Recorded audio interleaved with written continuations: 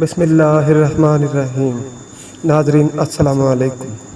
ناظرین، آپ کو آپ کے اپنے یوٹیوب چینل وزڈم ورڈ یعنی حکمت کی باتوں میں خوش آمدید کہتے ہیں اور آج کے قصے کا آغاز کرتے ہیں۔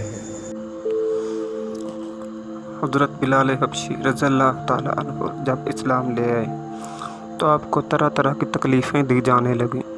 امیہ بن خلف جو مسلمانوں کا بدترین دشمن تھا اور جس کے آپ غلام تھے، آپ کو سخت گرمی میں دوپہر کے وقت تپتی ہوئی ریت پر لٹا دیتا، ان کے سینے پر پتھر کی بڑی چٹان رکھ دیتا تاکہ وہ ہل نہ سکے، اور کہتا یا اسی حالت میں مر جاؤ یا زندگی چاہتے ہو تو اسلام چھوڑ دو۔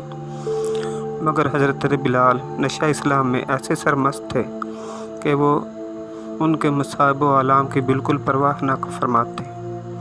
ظالم آپ کو رات وقت زنجیروں میں باندھ دیتے اور کوڑے مارتے اور اگلے دن ان زخموں کو گرم زمین پر ڈال کر اور زیادہ زخمی کرتے تاکہ بے قرار ہو کر اسلام سے پھر جائیں یا تڑپ تڑپ کر مر جائیں۔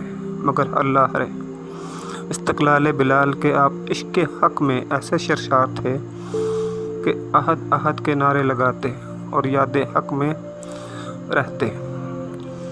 ایک دن حضرت صدیق اکبر رضی اللہ تعالیٰ عنہ نے آپ کو اس حال میں دیکھا تو آپ کو خرید کر آزاد کر دیا، اور آپ کو اس عشق و استقلال کا یہ صلہ ملا کہ آپ بارگاہ مصطفی کے مؤذن بنے اور سفر و حضر میں ہمیشہ اذان کی خدمت انہی کے سپرد ہوتی۔